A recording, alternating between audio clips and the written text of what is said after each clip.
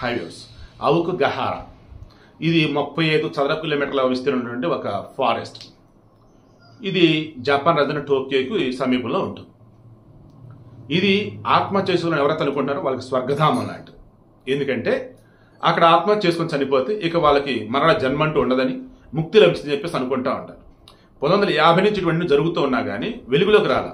ఎప్పుడైతే ఈ యూట్యూబ్ అనేది స్టార్ట్ అవటం, ఆ తర్వాత వ్లాగ్స్ చేసుకుంటూ యూట్యూబర్లు వచ్చేసి అక్కడ వీడియోలు ఇక్కడ వీడియో చేయడం మొదలెట్టున్నారో, అలా ఒక యూట్యూబర్ ఆ అడవిలోకి వెళ్ళి దాన్ని షూట్ చేశాడు. ఏంటంటే కెమెరాతో ఆత్మహత్య చేసుకుని శవాలు ఎలాడుతూ ఉన్నాయి. అందులో ఈ పక్షులు జంతువులు తినగా మిగిలినటువంటి కొన్ని బాడీలు మిగిలి ఉన్నాయి. దాన్ని అప్పుడు క్రాస్ చెక్ చేస్తే తెలిసింది ఏంటంటే 2003లో వచ్చేసి 105 మంది దాదాపు చనిపోతే 2023లో వచ్చేసి 215 మంది దాదాపు చనిపోయారు. ఇదే 2023లో 250 మందిని అక్కడ ఉన్న పోలీసులు రిమైనింగ్ వాళ్ళు కాపాడున్నారు. ఎందుకు ఏంటంటే ఈ ఫారెస్ట్ ని సూసైడ్ ఫారెస్ట్ అని కూడా అంటూ ఉంటారు. ఆ ఫారెస్ట్ లో చెట్లన్నీ ఒకలాగే ఉంటాయి. ఆ ఫారెస్ట్ లో మీరు ఎటు వెళ్ళినా సరే అంతా ఒకలాగే ఉండేది. బోల్డ్ సినిమాలు కూడా వచ్చాయి ఇటువంటి కాన్సెప్ట్ మీద. సో వన్స్ ఆ ఫారెస్ట్ లోకి వెళ్తే సర్టన్ డిస్టెన్స్ వరకు వెళ్ళి మనం వెనక్కి రావాలి. అలా కాదని మీరు ఏమాత్రం రైట్ లెఫ్ట్ ముందుకి అంటా వెళ్ళినారంటే ఇక మీకు అసలు ఎటు వెళ్తున్నాం ఏంటి అసలు మీకు ఏం తెలియదు అనమాట.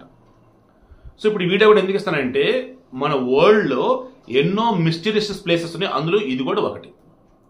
ప్రపంచవ్యాప్తంగా కూడా ఈ ఫారెస్ట్ ఎక్కడ లేని గుర్తింపు అనేది వచ్చింది.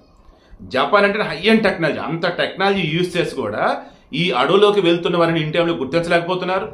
అలా గుర్తించినా సరే కొంతమంది వెనక్కి తీసుకురాగలుగుతున్నారు, రిమైన్ కూడా ఆత్మహత్య చేసుకుంటూ ఉన్నారు. అప్పటికి అక్కడక్కడ బోర్డులు కూడా పెడుతూ ఉన్నారు. ఆత్మహత్య చేసుకునే ముందు ఒక్కసారి మీ గురించి పక్కన పెట్టండి, మీ ఫ్యామిలీ గురించి, మీ మీద ఆధారపడి ఉన్నటువంటి వాళ్ళ గురించి కూడా మీరు ఆలోచించండి.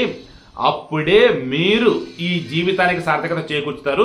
అప్పుడే మీరు ఏం చేస్తారంటే మీకు క్లారిటీ వస్తుందని చెప్పేసి ఆ బోర్డులు చూసి కూడా ఆత్మహత్య చేసుకుంటూనే ఉన్నారు. ఇంకా అక్కడ ఉన్న వాళ్ళు వీళ్ళు గమనించి వెనక్కి తెస్తే అప్పుడు గామాల నార్మల్గా ఉంటున్నారు. మీరు అనొచ్చు బంద్ పెట్టవచ్చు కదా. జపాన్లో రూల్స్ ఎలా ఉంటాయంటే ఏమంటారు ఏక్ సేక్ అంటారు చూస్తే మొత్తం బంద్ పెట్టాలి, మొత్తం గవర్నమెంట్ మా ఇష్టం అన్నట్టు అలా ఉండదు. అక్కడ వచ్చేసి అది ఏం చెప్తారంటే స్వేచ్ఛ స్వతంత్రాలు ఎక్కువ అన్నట్టు. ట్విస్ట్ ఏంటంటే ప్రపంచవ్యాప్తంగా ఎవ్రీ ఇయర్ ఆత్మహత్య చేసుకునే వాళ్ళు జపాన్ వల్లే ఎక్కువ. ఎందుకంటే చాలా మంది ఒంటరిగా ఉండటాలు, చాలా మంది వచ్చేసి పెళ్ళైన పిల్లలు లేకపోవటాలు, ఇక చాలా మందికి ఆస్తులు ఉన్నా సరే ఏదో ఒక రకమైనటువంటి లోన్లీనెస్, దానివల్ల చనిపోతున్న వాళ్ళు ఈ అడవిలో చనిపోతాడు. ఎందుకంటే ఈ అడవిలో చనిపోతే ఇక మరుజన్మ అంటూ ఉండదు, స్వర్గం అని. బట్ అటువంటివి ఏమి మైండ్లో పెట్టుకోవద్దు. ఇది జస్ట్ ఒక మిస్టరీస్ ప్లేస్ అనుకోండి. ఇది ఒక ఇంట్రెస్టింగ్ కాబట్టి ఆ వీడియో యాడ్ చేసింది తప్ప వేరైతే కాదు.